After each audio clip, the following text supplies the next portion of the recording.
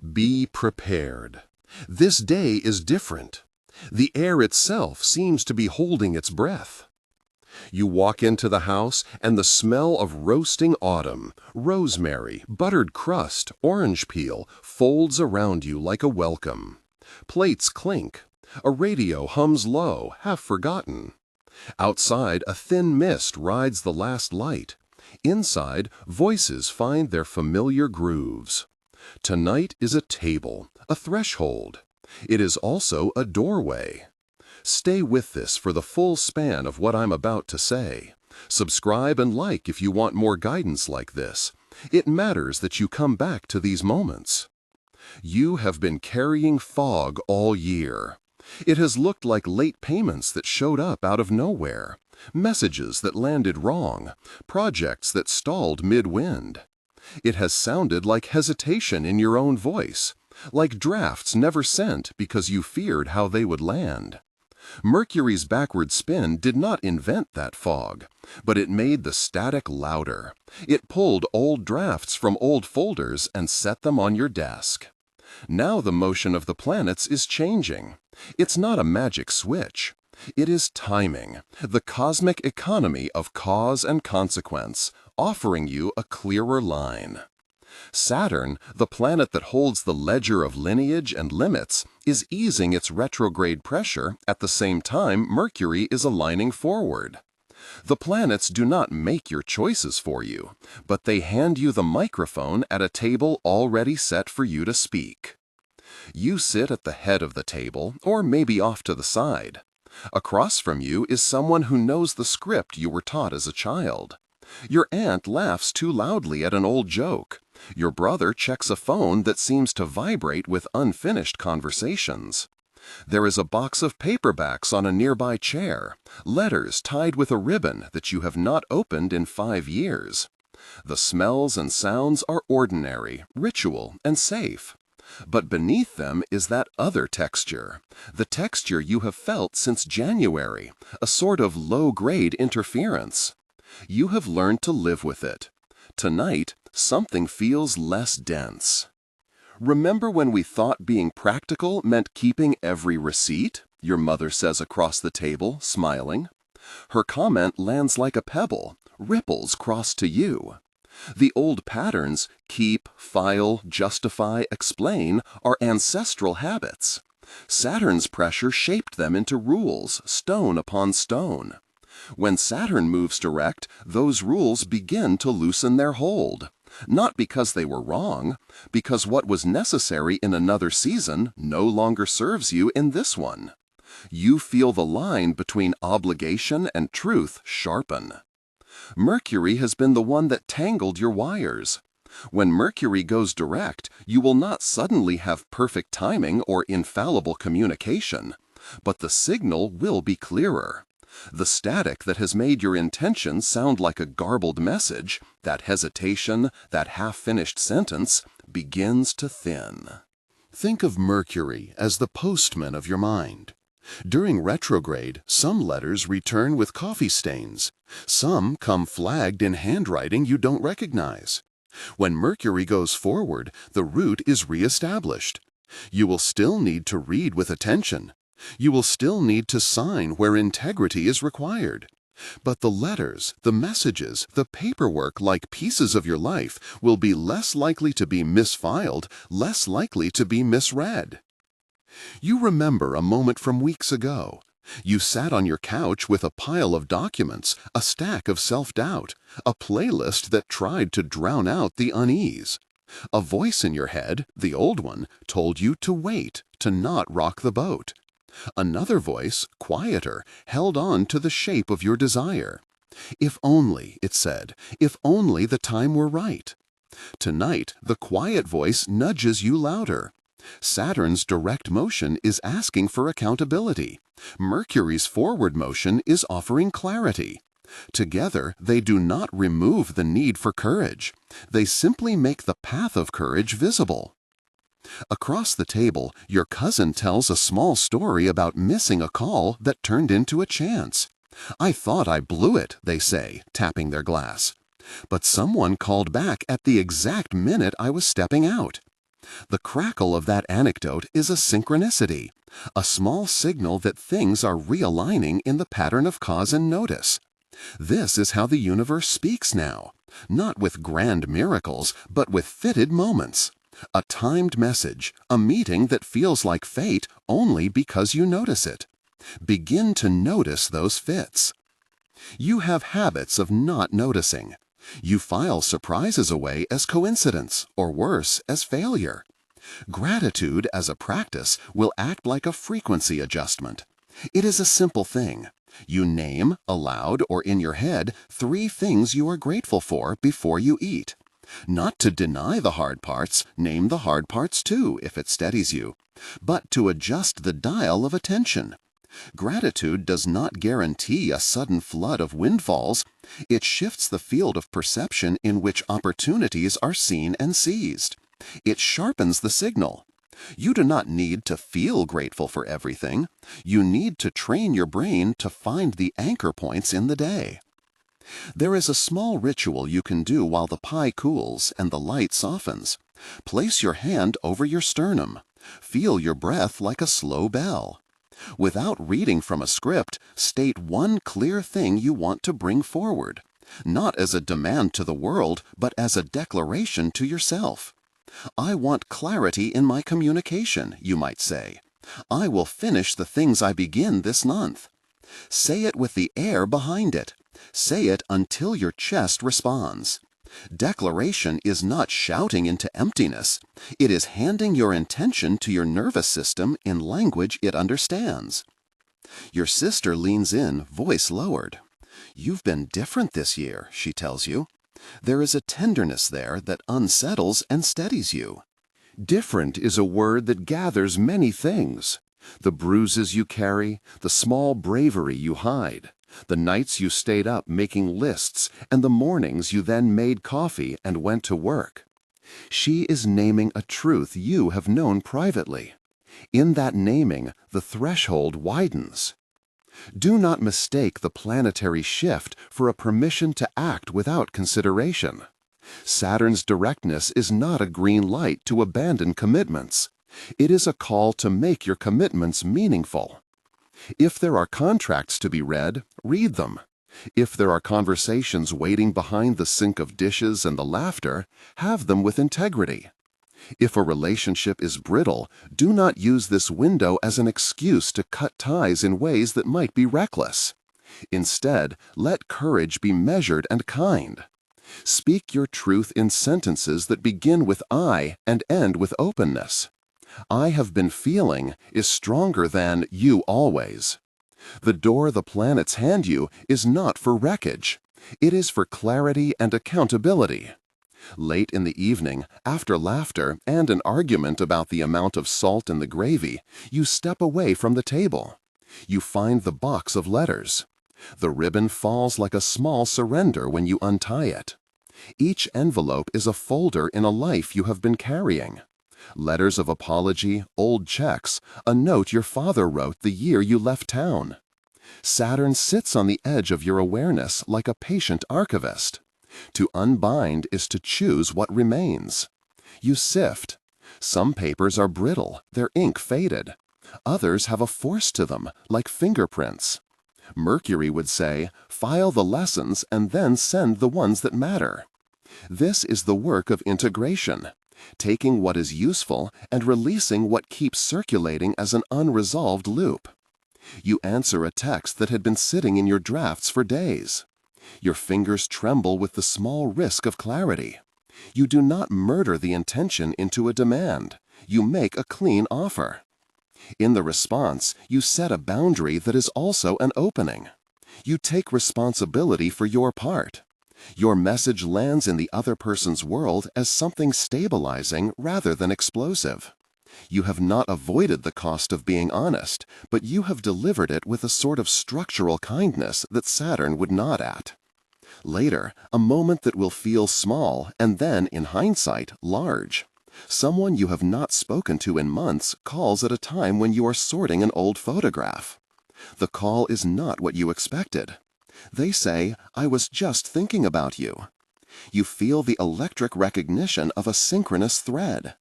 It is tempting to ascribe destiny to such moments. Better to call them invitations. The invitation is to notice and to respond with integrity. Saying yes because your old self expects rescue would be careless. Saying yes because it fits your new priorities is courage. The planet's alignment is not a script handed down from above. It is a context in which your choices become more consequential because the noise has dropped. The internal voices gather as you move through the house. Old self keeps a ledger of reasons to stay the same. Comfort, the known edges, the safe complaint. New self speaks softly but with a firmness you are not used to. This is the time to close certain files. This is the time to finish.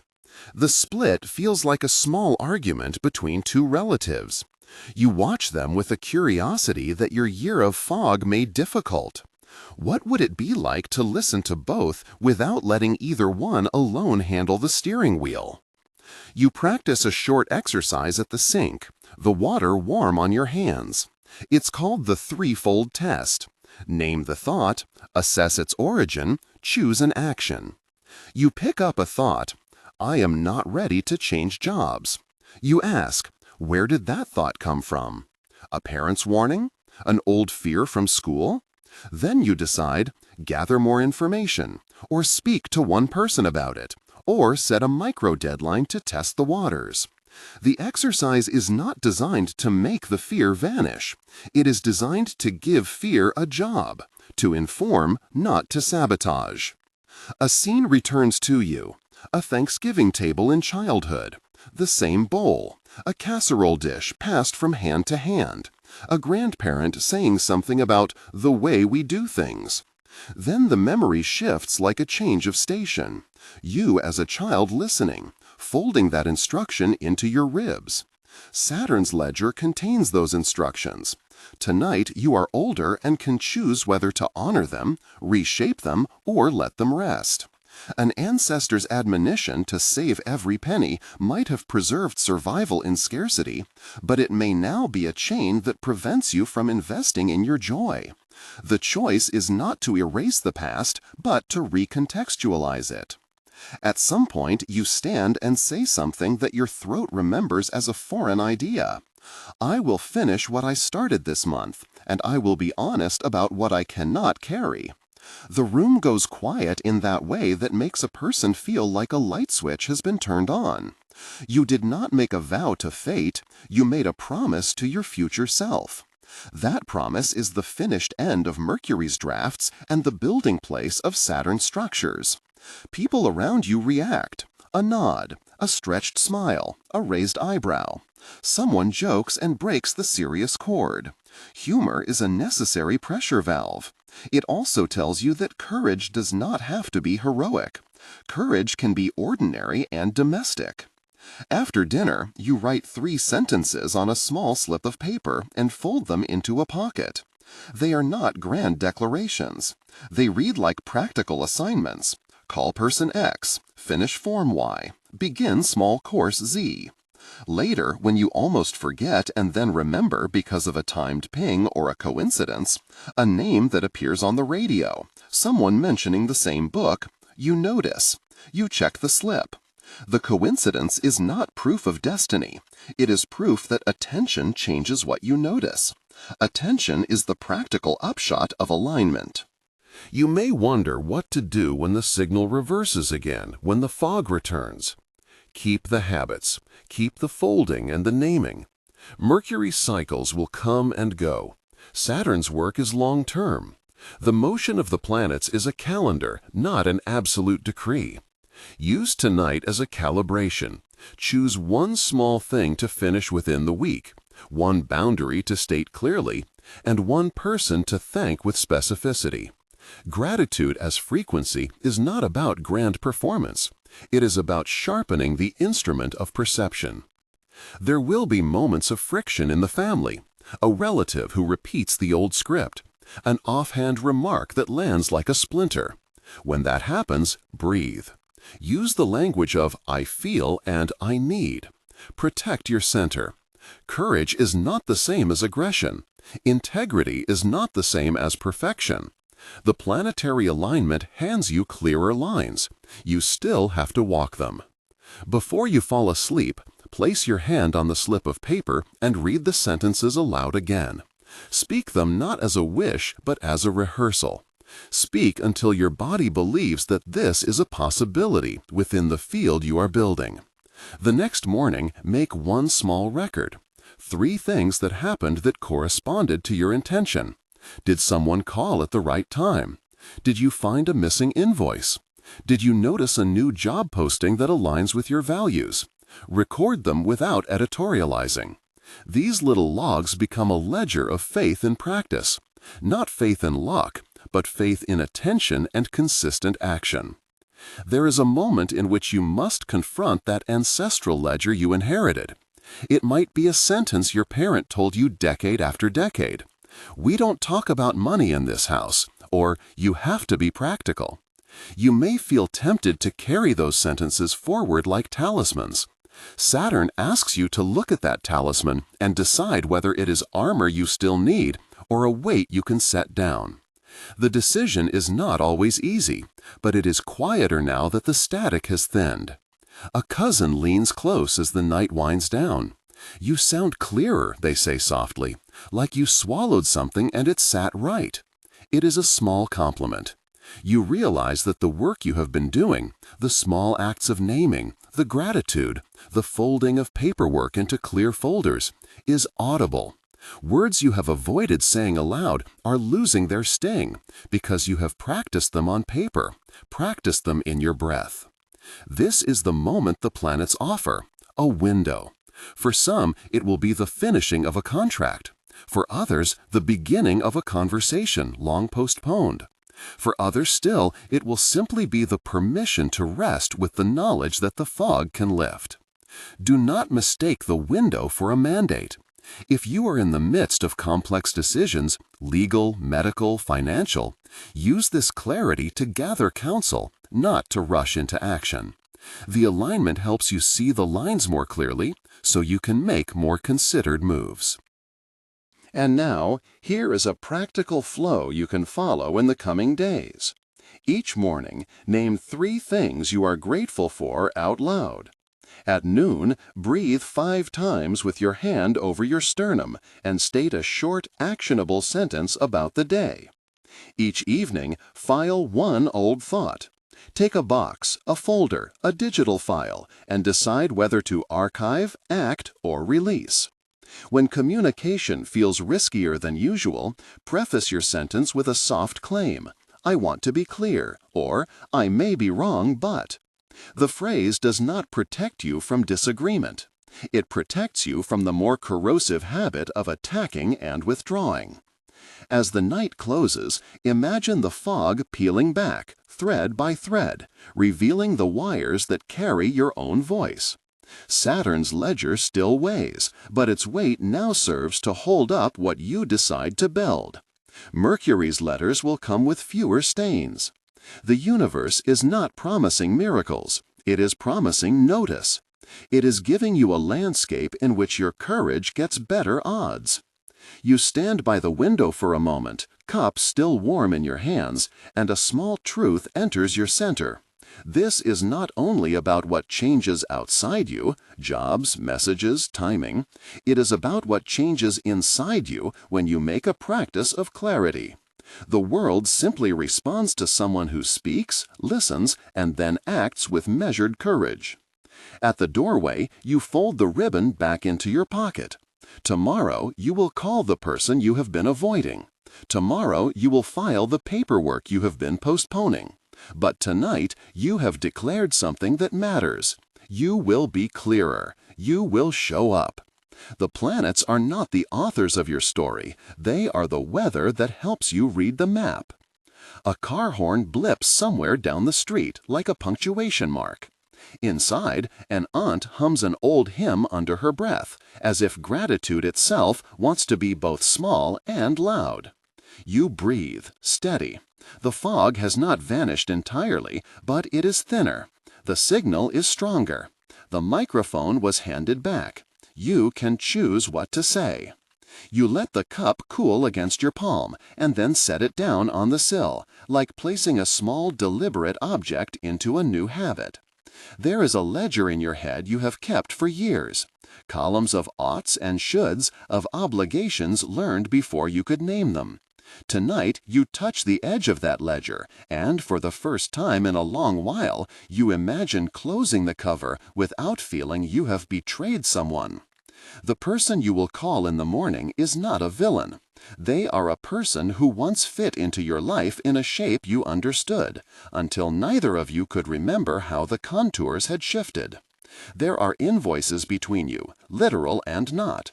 There are misunderstandings shelved into decades. There is a line you have avoided crossing because the sentence your parent once repeated, "We don't air our troubles," sat like nails in your throat. You fold the ribbon in your pocket and let the heat of it press like a compass.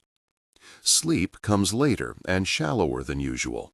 You wake with the practiced things still warm. The 3 gratitudes, the breath at noon, the box waiting by the desk. The morning light is thin, like paper between pages. You rehearse the opening line 3 times while making coffee. It is not a speech, it is an orientation. I want to be clear. Simple. A claim, not an apology. You button your coat and step outside into air that does not carry pretense. The first call vibrates against your thigh while you are still halfway up the block. For a beat, you consider letting it go to voicemail. The hold of old safety practices, avoid, bow out, wait, tugs at your ribs. Then you remember the ledger you chose to carry differently and press accept. There is an awkwardness that both of you recognize, the kind that comes from 2 people who have been practicing different rhythms.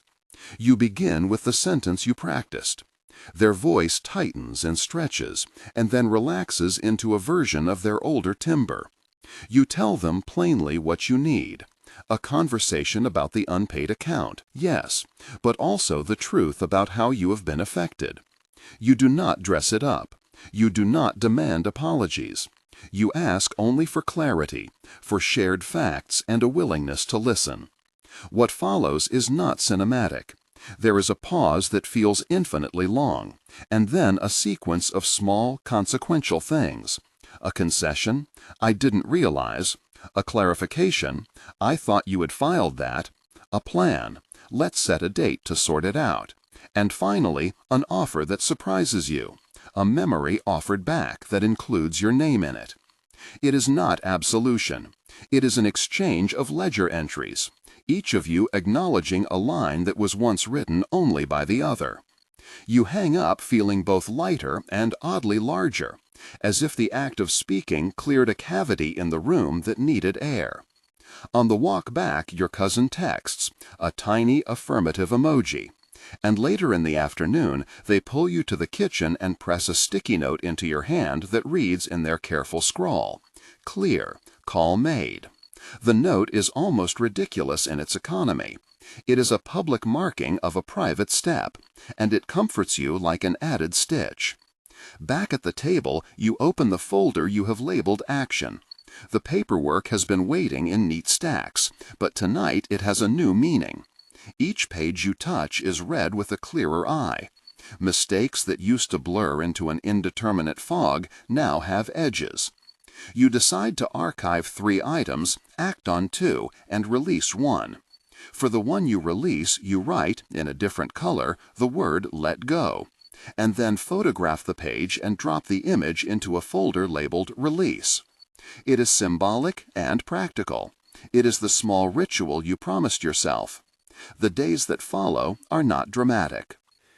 They are populated by miniature obediences. Calls returned, emails answered with curtness rather than avoidance, a morning practice that refuses to be neglected. When the world pushes you into a conversation too quickly, you use the preface you practiced, and it moderates the tone. When anger wants to rush in, you record it in the ledger first, a sentence, an index card, and then close the cover until you have something functional to say. You begin to notice the margins of your decisions filling with welcome things. A colleague who had been curt in meetings offers a longer silence and then a question the next week, genuine and curious about your thinking. A job notification arrives that is not a destiny but a doorway, a post that aligns with values you had been dissolving into cynicism. Someone returns a call at the hour you needed them to. A neighbor brings back a lost package with apologies and a smile. These are not miracles. They are confirmations, the world making small adjustments to someone who has started to steer. Saturn's ledger remains a presence, but its weight is different. Where it once felt like a shackle, it now props a shelf. You use it to hold a stack of projects you are willing to return to, not to imprison yourself. You set aside one old phrase that had run through your life as a judgment, "Be practical," and replace it with a counterclaim written on the first page of a new notebook. Be honest, then be brave. The handwriting looks confident there. Your hand is steadier than you expected. There is a quiet victory in the way you speak to yourself. When an old fear rises, the fear of being judged for asking for what you need, you reply with the recorded ledger, evidence of when honesty led to movement, even a small one. This practice reduces catastrophizing to a ledger exercise. List, categorize, act, or release. The system is not infallible, but it is dependable in its method. One evening your aunt, whose humming has become a through line in the household, finds you sitting with the new notebook and runs a calloused finger along your margin. She does not ask what you have written. Instead, she takes a breath and says, as if finishing a sentence she had been composing for years, "Clarity is a kind of prayer." You think for a moment that she has always known this and only now had the words. You nod, and the nod says yes to the tiny, holy work of organizing one's life. Not all encounters are neat. A meeting about the contract turns fractious. You have to lean on the preface twice, and still the words at the other end are sharp. You stand there in the fluorescent light of a small office, breathe with your hand on your sternum 5 times, and then choose one sentence that moves the situation forward. It is the kind of decision you have been practicing, not the fight you once imagined would vindicate you, but the narrow, costly clarity that preserves dignity for both parties. When you leave the room, you feel scraped, not defeated, and your ledger records the cost and the lesson. There are nights when the fog thickens anew, when the inherited sentences rise like old ghosts, and your courage seems to be only a whisper. On those nights you return to the ritual you have built. 3 gratitudes out loud, 5 breaths at noon, 1 old thought filed away before bed.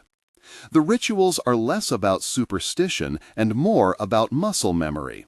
They teach your nervous system a new vocabulary. Respond, not replay. Over the course of a month, something begins to shift. Not because the world has rearranged itself spectacularly, but because you have become easier to be with. Your voice is steadier on the phone. Your emails are shorter, clearer. The ledger that once cataloged your compromises now includes lines you have authored, boundaries you set, requests you made, apologies you kept. These entries do not erase the past, they remap it.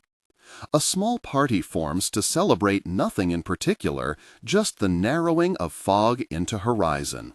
Your cousin brings a pie, your aunt brings her hymn, and you bring a stack of the old papers you have finally decided to archive. You slide the box into the trunk of your car, like a physical closing. The engine hums, the air smells like sugar and late summer. You feel a modest, tidy joy in the act of carrying that box down the block and into the recycling bin where it belongs. It is a ritual of release with no fanfare, and it feels like a benediction. On the walk home, you find yourself rehearsing what you will do next week. Call the person whose work needs finishing, file the tax form that has been sitting on the shelf, and, perhaps more importantly, allow an old friend to say something awkward and then let it pass, without tallying it as a debt. The map you were given by the planets was never to plot every road for you. It was to make the lines legible. The ledger continues to be written. Some pages are messy, some pages are clean. You have learned to treat both with the same hand. Tonight, you sit by the window again, the ribbon back in your pocket, and you do what the month has taught you. You name 3 things you are grateful for out loud, you breathe 5 times with your hand over your sternum, and you fold one old thought into the box marked Release. The fog is thinner. The microphone is in your hand. You do not know where the clarity will take you next, only that you can travel with it. In the small hours, you write one new rule on the first page of the notebook, a simple pledge to carry forward. Speak, listen, and then act. It is a modest liturgy. It is enough for tonight. You close the book, not to hide the work, but to hold it ready, and the house, for once, feels like a body that knows how to breathe.